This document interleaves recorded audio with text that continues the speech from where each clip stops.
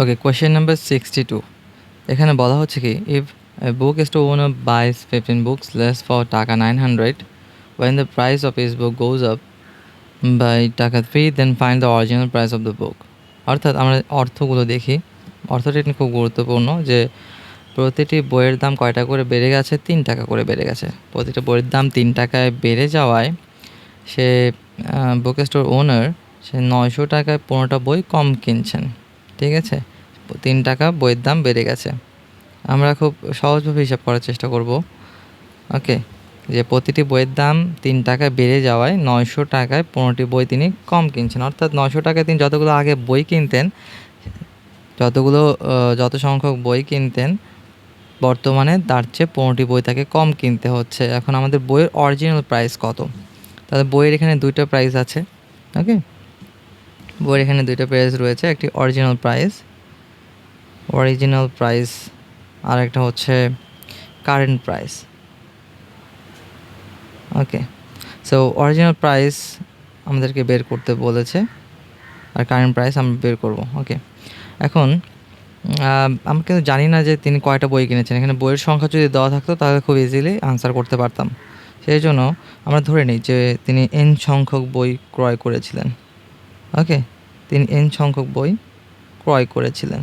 তো বইয়ের যদি সংখ্যা থাকে তাহলে বইয়ের দাম পাওয়া যাবে। তার মানে 900 টাকায় তিনি n সংখ্যক বই ক্রয় করেছিলেন। তাহলে একটা বইয়ের দাম কত? 900 টাকা যদি n সংখ্যক বই ক্রয় করেন তাহলে একটি বইয়ের দাম হবে মোট দামকে 9 দ্বারা n দ্বারা যদি ভাগ করি তাহলে আমরা একটি বইয়ের দাম পাবো। এখানে কি একটি বইয়ের দাম পাচ্ছি কিন্তু। ওকে, এখানে আমরা একটি বইয়ের দাম পাচ্ছি। এখন বলা হচ্ছে কি যে 3 টাকা করে দাম বেড়ে গেছে। ওকে, 3 টাকা করে দাম বেড়ে গেছে, সেটা পরের ব্যাপার। এখানে বলা হচ্ছে 15টি বই তিনি কম কিনছেন। তাহলে বর্তমানে তার একটা বইয়ের দাম কত হচ্ছে? তিনি 900 টাকায় তাহলে তিনি কয়টি বই কিনলেন? আগে কিনতেন n সংখ্যক, এখন তিনি 15টা বই লেস কিনছেন। যদি লেস থাকে তাহলে কম, অর্থাৎ বিয়োগ দিতে হবে 15।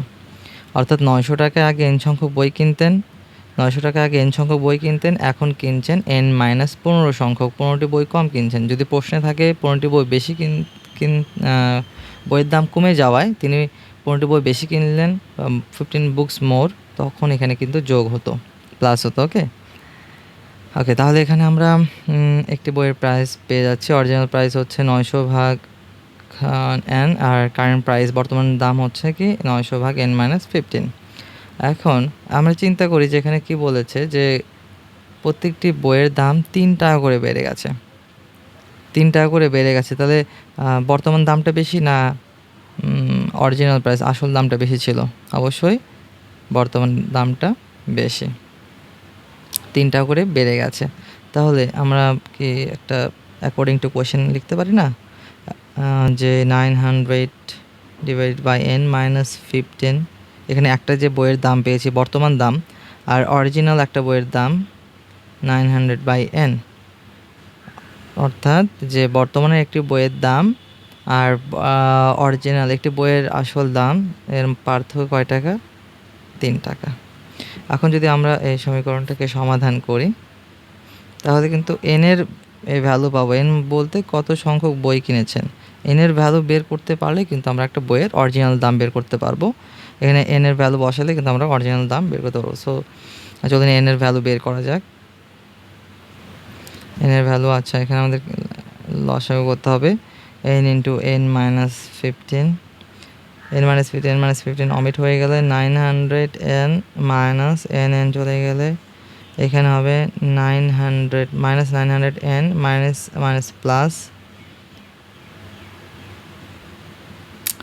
ওকে, 9-15, 9 times 15 equal to 135, 0 equal to 3।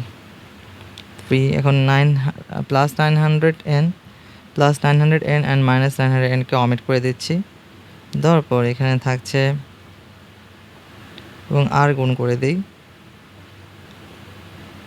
তার আগে এটা 135 00 নিচে n square minus 15n equal to 3, আর গুণ করে দিলাম 3n square minus 15n equal to 135 00। ওকে, এখানে কিন্তু 3n স্কোয়ার হয়ে গেছে, কিন্তু 15 টাইমস 3 এখানে হবে 45n। ওকে, এখানে আমি একটা অংশ আগের থেকে করে রেখেছি, একটু দেখেন। ওকে, 3n স্কোয়ার মাইনাস 45 135,000কে পাশে বাম পাশে পার করে নিয়ে আসলে এরকম একটা সমীকরণ দাঁড়ায়। এই সমীকরণটাকে যদি আমরা সলভ করলে এখানে n এর ভ্যালু পাবো দুইটি, n ইকুয়াল টু 75 আর n ইকুয়াল টু -60। যেহেতু বইয়ের সংখ্যা নেগেটিভ হতে পারে না, এই জন্য -60 আমাদের গ্রহণযোগ্য নয়। এখন n এর ভ্যালু 75, n এর ভ্যালু হচ্ছে 75, তাহলে একটি বইয়ের অরিজিনাল দাম কত হবে? তাহলে 975 যদি আমরা এখানে ক্যালকুলেশন করি তাহলে এখানে আমরা পাবো 12। এখানে আমরা একটি বইয়ের অরিজিনাল দাম পাচ্ছি 12। ঠিক এই ভ্যালুটা এখানে বসালে আমরা কিন্তু কারেন্ট প্রাইসের ভ্যালু বের করতে পারবো। ওকে, নেক্সট কোয়েশ্চেন।